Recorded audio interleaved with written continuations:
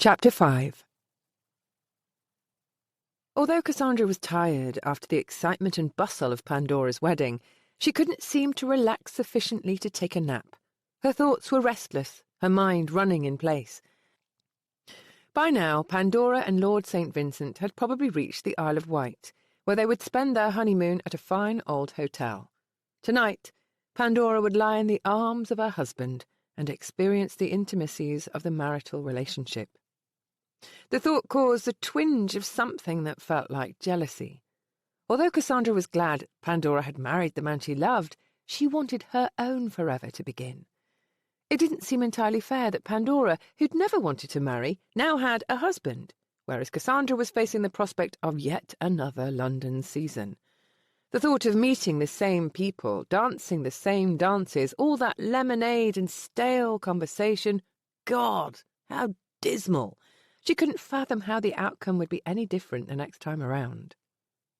Hearing the laughter and shouts of the younger guests playing lawn tennis and croquet, Cassandra considered going outside to join them. No, the effort of pretending to be cheerful was more than she could manage. After changing into a yellow day dress with airy pagoda sleeves that ended at the elbow, she went to the family's private upstairs parlour. The family dogs, a pair of small black spaniels named Napoleon and Josephine, saw her in the hallway and trotted after her. The parlour was comfortably cluttered with heaps of colourful cushions on the furniture, a battered piano in the corner, and piles of books everywhere. She sat cross-legged on the carpet with the dogs, smiling as they bounded in and out of her lap excitedly. "We don't need Prince Charming, do we?" she asked them aloud. "No, we do not. There's a patch of sun on the carpet and books nearby. That's all we need to be happy." The spaniels stretched out in a bright yellow rectangle, wriggling and sighing in contentment. After petting and scratching the dogs for a while, Cassandra reached out to a stack of books on a low table and sorted through them idly. Double Wedding, The Secret Duke, My Dashing Suitor, and other romantic novels she had read and reread. Much lower in the pile there were books such as History of the 30 Years' Peace and Life of Nelson, the kind one read in case one was called upon to make insightful comments at dinner. She came across a novel with a familiar title stamped in gilt on green leather, Around the World in 80 Days by Jules Verne. She and Pandora had especially liked the novel's hero, a wealthy and adventurous Englishman named Phileas Fogg, who was something of an odd duck. As a matter of fact, this would be the perfect recommendation for Mr. Severin. She would make a gift of it to him. Lady Berwick would say it wasn't appropriate, but Cassandra was intensely curious about what he would make of it. If, of course, he bothered to read it at all. Leaving the dogs to nap in the parlour, she headed to the grand double staircase that led to the main floor. She kept to the side of the hallway as one of the footmen, Peter, approached from the opposite direction with 2 large brass hot water cans.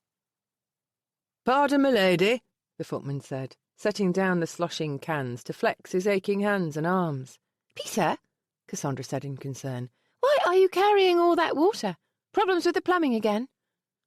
As soon as Devon had inherited Eversby Priory, he'd insisted on having the manor fully plumbed.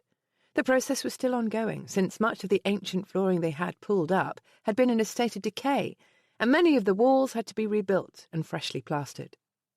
The family had become accustomed to the fact that at any given time something in the ancient house was being repaired. "Kitchen boiler's broken," Peter said. "Oh, no.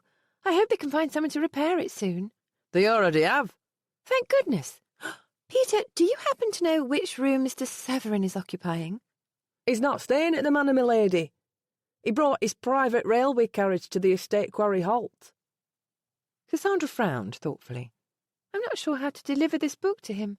I suppose I'll ask Sims." "He's in the kitchen. Not Sims. I mean, Mr. Severin. He's the one working on the boiler."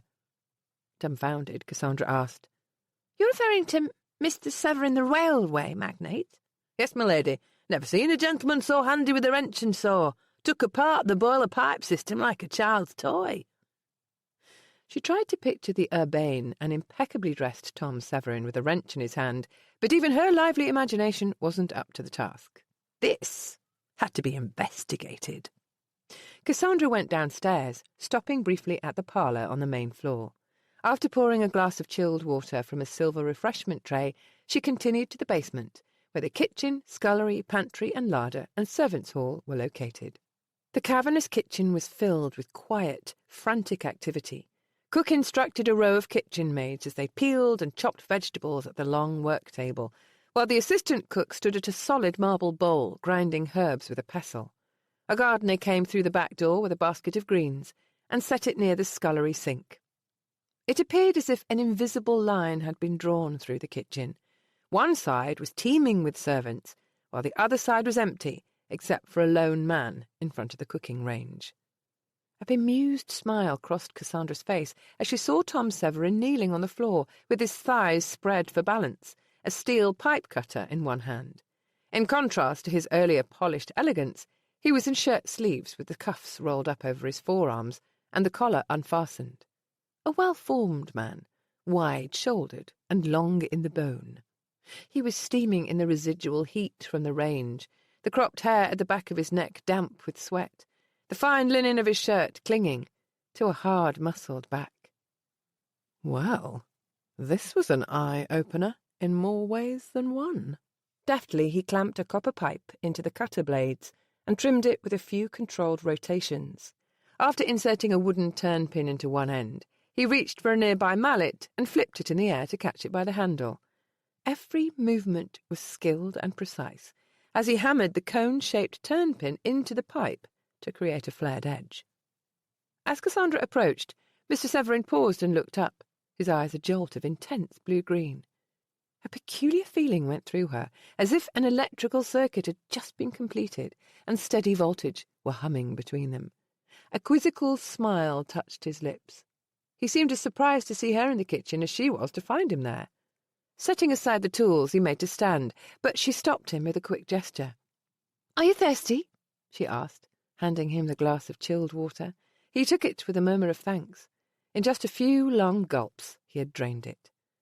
After blotting his perspiring face on a shirt sleeve, Mr. Severin said ruefully, "You've caught me at a disadvantage, my lady." Cassandra was inwardly amused by his discomfort at being less than perfectly attired and groomed in front of her, but she actually preferred him like this, all dishevelled and unguarded. "You're a hero, Mr. Severin. Without you, we would all be doomed to cold baths and no tea for breakfast." He handed back the empty glass. "Well, we can't have that." "I'll leave you to your work, but first—" Cassandra gave the book to him. "I brought this for you. A gift." His thick lashes lowered as he studied the cover. She couldn't help noticing how beautiful his hair was. The black locks cut in well-shaped layers that almost begged to be played with. Her fingers actually twitched with the urge to touch him, and she curled them tightly against her palm. "It's a novel by Jules Verne," she continued. "He writes for young readers, but adults enjoy his work as well." "What's it about?" "An Englishman who accepts a wager to go around the world in 80 days. He travels by train, ships, horse, elephant, and even a wind-powered sledge." Mr. Severin's perplexed gaze met hers. "Why read an entire novel about that, when you could obtain the itinerary from a travel office?" She smiled at that. "The novel isn't about the itinerary. What's important is what he learns along the way." "Which is?" "Read it," she challenged, "and find out." "I will." Carefully he set the book beside a canvas plumber's bag. "Thank you." Cassandra hesitated before leaving. "May I stay for a few minutes?" she asked impulsively. "Would that bother you?" "No, but it's as hot as blue blazes in here, and it's a fine day outside. Shouldn't you spend time with the other guests?" "I don't know most of them." "You don't know me either." "Then let's become acquainted," Cassandra said lightly, lowering herself to a cross-legged position. "We can talk while you work. Or do you need silence to concentrate?" A small but noticeable stir ran through the kitchen staff as they saw one of the ladies of the house sitting on the floor. "I don't need silence," Mr. Severin said, "but if you end up in trouble for this, I want it known I had nothing to do with it." Cassandra grinned. "The only person who would scold is Lady Berwick, and she never sets foot in the kitchen." With a self-satisfied air, she gathered the excess fabric of her skirts and tucked it beneath her. "How do you know so much about all of this?" Mr. Severin picked up a shave hook with a wickedly sharp blade and began to carve burrs from the pipe's copper edge. As a boy, I apprenticed at a tramway construction company. I built steam engines during the day and took courses in mechanical engineering at night. What is that, exactly? She asked. The only thing I know about engineers is there's always one on the train. Seeing the beginnings of a smile on his lips, she rushed on before he could reply. How stupid I must sound. Never mind. No, he said swiftly. There's nothing wrong about not knowing something. The stupid people are the ones who think they know everything. Cassandra smiled and relaxed. What does a mechanical engineer do? Mr. Severin continued to carve the inside of the copper pipe as he replied, He designs, builds, and operates machines. Any kind of machine? Yes. The engineer on the train is responsible for the operation of the locomotive and all its moving parts. He picked up a round brush and began to scrub the inside of the pipe. May I do that? Cassandra asked. Mr. Severin paused, giving her a sceptical glance. Let me, she coaxed, leaning closer to take the brush and pipe from him. His breath caught audibly, and he suddenly had the kind of dazed, unfocused expression men sometimes wore when they found her especially pretty. Patiently, she eased the objects from his lax hands. After a moment, Mr. Severin seemed to collect his wits. Helping with plumbing repairs doesn't seem like something you should be doing, he commented, his gaze flickering to the gauzy sleeves of her dress. It isn't, Cassandra admitted, scrubbing the pipe. But I don't always behave properly. It's difficult for someone who was raised with hardly any rules to learn a great many at once. I'm not fond of rules myself.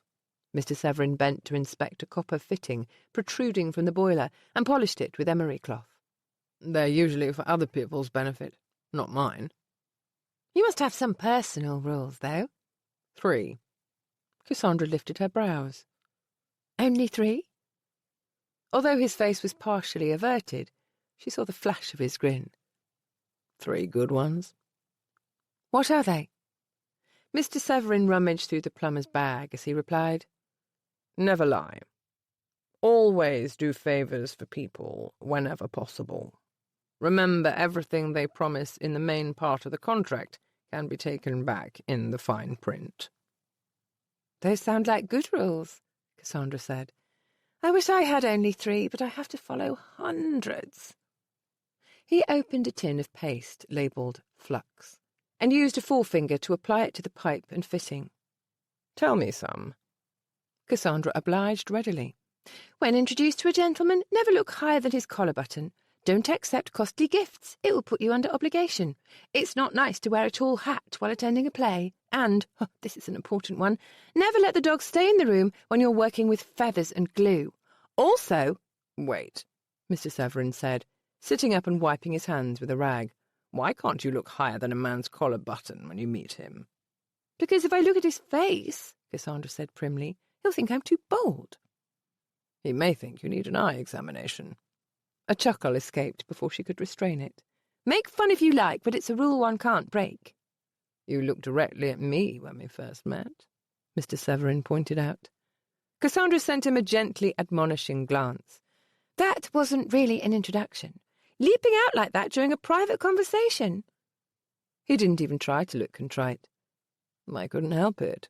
I had to offer you an alternative to marrying West Ravenel. Hot colour flooded over her face and body.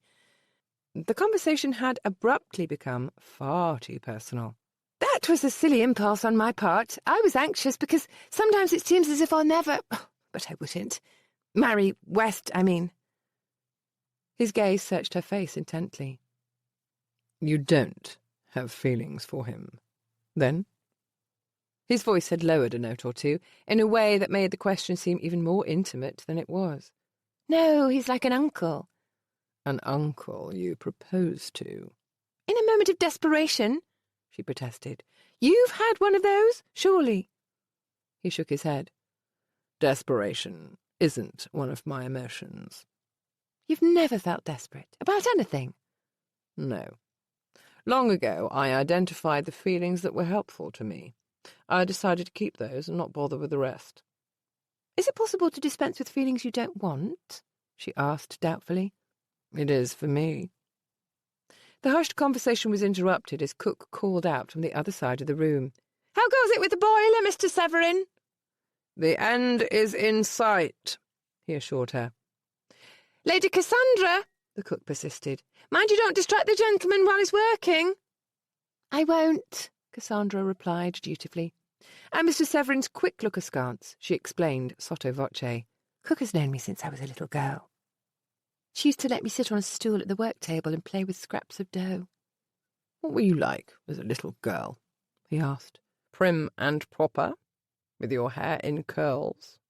No, I was a ragamuffin, with scraped knees and twigs in my hair. What were you like? Wild and playful, I suppose, as most boys are. Not especially, Mr. Severin said, his expression becoming shuttered. My childhood was short. She tilted her head and regarded him curiously. Why? As the silence spun out, she realised Mr. Severin was debating whether to explain. A slight frown appeared between his dark brows. One day, when I was 10, he eventually said, my father took me with him to King's Cross Station. He was looking for work, and they were advertising for baggage men. But when we reached the station, he told me to go to the general office and ask for a job. He had to go away for a while, he said. I would have to take care of my mother and sisters until he came back. Then he went to buy a ticket for himself. Did he ever return? She asked gently. His reply was brusque. It was a one-way ticket. Poor boy, Cassandra thought. But she didn't say it, sensing he would resent anything that sounded like pity. She understood, though, about what it was like to be abandoned by a father. Even though hers had never left for good, he'd often spent weeks or even months away from Eversby Priory. Did they give you a job at the station? She asked. A brief nod. I was hired as a train boy to sell newspapers and food. One of the station agents advanced me enough money to make a decent start. I've supported my mother and sisters ever since. Cassandra was quiet as she absorbed this new information about the man she'd heard described in such contradictory terms. Callous, generous, honest, crafty, dangerous, sometimes a friend, sometimes an adversary, always an opportunist. But regardless of Severin's complexities, there was much to admire about him. He'd become acquainted with life's rougher edges at a tender age, and had assumed a man's responsibilities. And not only had he survived, he'd flourished. Cassandra watched as he applied more of the flux paste along the pipe and joint seam. His hands were elegantly long-fingered, but also strong and capable. A few small scars were scattered over his well-muscled forearms, just barely visible beneath a dusting of dark hair. "What are those?" she asked. Severin followed her gaze down to his arms. The scars. Spark burns. It happens during forging and welding. Little bits of flaming steel sear through gloves and clothing. Cassandra winced at the thought. I can't imagine how painful that must be. They're not so bad on the arms. They tend to bounce off sweaty skin. A reminiscent grin crossed his lips. It's the occasional spark that burns through your trouser leg or boot and sticks that hurts like the devil. He struck a lucifer match against the nearby range and bent to light an alcohol blow lamp fitted with a perforated nozzle. Gently he adjusted a knob until the nozzle emitted a hissing spear of continuous flame. Gripping the lamp in one hand, he directed the flame against the flux-coated seam until the paste had melted and bubbled. Now for the fun part, he said, giving her a bright sidelong glance, the corner of his mouth curling upward. Would you like to help? Yes, Cassandra said without hesitation. There's a thin stick of metal solder on the floor near the... Yes, that's it. Hold it by one end. You're going to run a bead around the seam to seal it. Run a bead? That means make a line with the tip. Start on the opposite side from where I'm holding the flame. While Severin held the flame against the pipe, Cassandra guided the tip of the solder around the joining. The metal liquefied and flowed instantly. Oh, this was fun! There was something viscerally satisfying about watching the solder run around the seam to form a neat seal. "That was perfect," Mr. Severin said. "Is there something else that needs soldering?" she asked, and he laughed at her eagerness. "The other end of the pipe." Together they soldered the copper pipe to the joint coming from the wall, both of them intent on the task. They were kneeling a little too close for propriety, but Mr. Severin was being a gentleman, far more respectful and polite, as a matter of fact, than most of the privileged lords she'd met during the London season. "How curious," Cassandra said, watching the melted solder run up the seam when it should have dripped downward. "It's defying gravity. It reminds me of how water runs up the hairs of a paintbrush when I dip it in." "How sharp you are." There was a smile in his voice. "The cause is the same in both cases.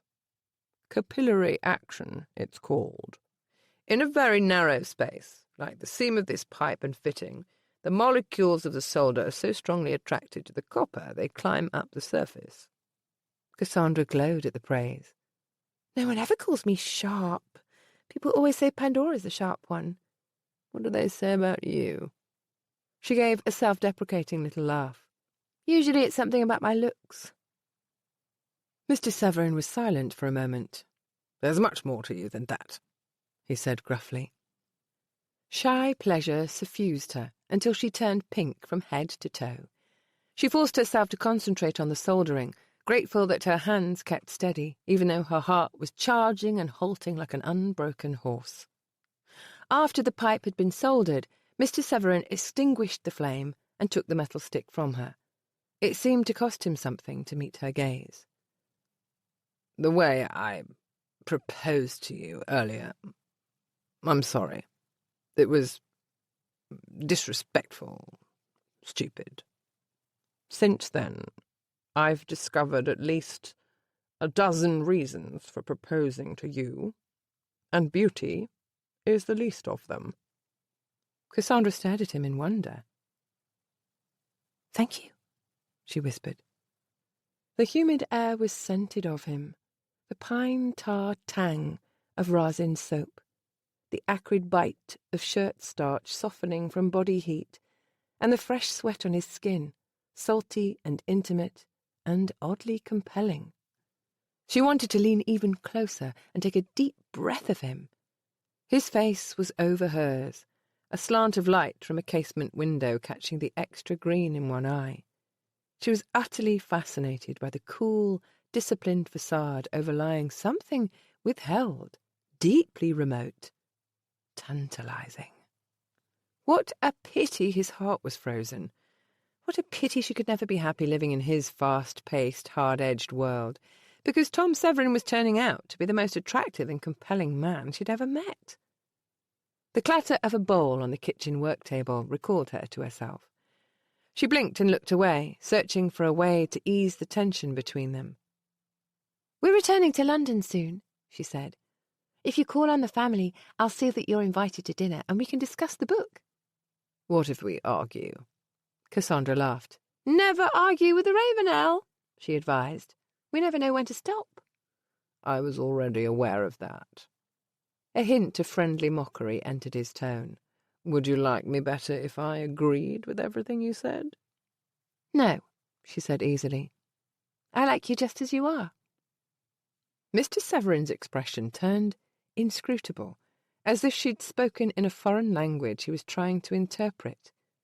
She'd been too forward saying such a thing.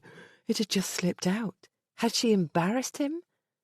To her relief, the tension was broken as Devon strode briskly into the kitchen, saying, "I arranged for a new boiler. Winterbourne doesn't carry an 80-gallon model in his store, but he knows a manufacturer who—" He stopped in his tracks, looking aghast as he beheld the two of them. "Cassandra, what the devil are you doing here with Tom Severin? Why don't you have a chaperone?" "There are at least a dozen people working only a few yards away," Cassandra pointed out. "That's not the same as a chaperone. Why are you on the floor?" "I helped Mr. Severin solder a pipe," she said brightly. Devon's outraged gaze shot to Mr. Severin. "You had her working with an open flame and molten metal?" We were being careful, Cassandra said defensively.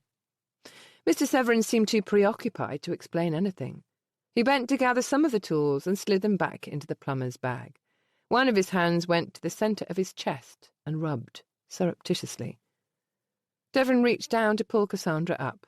If Lady Berwick finds out about this, she'll come down on us like the wrath of Zeus. He glanced over her and groaned. "Look at you!" Cassandra grinned up at him, well aware that she was perspiring and bedraggled, with soot marks on her yellow dress. "You probably thought Pandora was the cause of all our misadventures, but as you see, I'm capable of getting into trouble all on my own." "Pandora would be so proud," Devon said dryly, amusement flickering in his eyes. "Go change your dress before anyone sees you. We'll have afternoon tea soon, and I'm sure Kathleen will want you to help pour and entertain." Mr. Severin stood as well and executed a short bow. His face was expressionless. "My lady, thank you for your assistance." "I'll see you at tea, then?" Cassandra asked. Mr. Severin shook his head. "I'm leaving for London right away. I have a business meeting early tomorrow morning." "Oh," she said, crestfallen. "I'm sorry to hear that. I've so enjoyed your company." "As I've enjoyed yours," Mr. Severin replied. But the blue-green eyes now held a chill of wariness. Why had he suddenly become guarded? Annoyed and a bit hurt, Cassandra curtsied to him. "Well, goodbye?" An abbreviated nod was the only reply. "I'll walk you to the servants' stairs," Devon told Cassandra, and she went with him willingly. As soon as they had left the kitchen, Cassandra asked in a low voice, "Is Mr. Severin always so mercurial? He was perfectly charming, then his mood turned sour for no reason." Devon stopped in the hallway and turned her to face him. "Don't try to understand Tom Severin. You'll never come up with the right answer because there isn't one." "Yes, but we were getting on so well, and I liked him so much." "Only because he wanted you to. He's a master at manipulation." "I see." Her shoulders slumped as disappointment settled over her. "That must be why he told me the story about his father." "What story?" "About the day his father left when he was a boy." As she saw Devon's eyes widen, she asked, "He hasn't told you that one?" Looking perturbed, Devon shook his head. "He never speaks of his father. I assumed he'd passed away." "No, Cassandra stopped. "I don't think I should repeat a personal confidence." Now Devon wore a troubled frown. "Sweetheart, Severin isn't like any other man you'll ever meet. He's brilliant, unprincipled, and ruthless by nature. I can't think of a single man in England, not even Winterbourne, who's positioned so exactly at the centre of forces that are changing life as we know it. Some day he may be mentioned in history books, but the give and take of marriage, the awareness of another person's needs, those things aren't in his capacity. Men who make history rarely make good husbands." He paused before asking gently, "Do you understand?" Cassandra nodded, feeling a rush of affection for him. From the moment Devon had arrived at Eversby Priory, he had been kind and caring, the way she and Pandora had always wished their brother, Theo, would have been. "I understand," she said. "And I trust your judgment." He smiled at her. "Thank you. Now, hurry upstairs before you're caught, and put Tom Severin out of your mind." Later that night, after the cold buffet supper and music and games in the parlour, Cassandra retired to her room. She was sitting at her dressing table when her lady's maid, Meg, came in to help take down her hair and brush it out. Meg set something down on the dresser. "This was found in the kitchen," she said matter-of-factly. "Mrs. Church told me to bring it up to you." Cassandra blinked in surprise as she beheld the green leather cover of Around the World in 80 Days. Realising Mr. Severin had left it behind, she felt the cold weight of disappointment pressing down on her. It had been no accident, this rejection of her gift. He would not call on the family in London.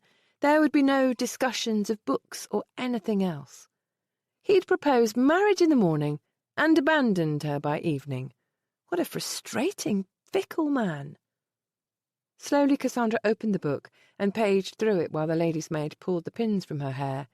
Her gaze happened to fall upon a passage in which Phileas Fogg's faithful valet, Passepartout, was reflecting on his master. Phileas Fogg, though brave and gallant, must be quite heartless.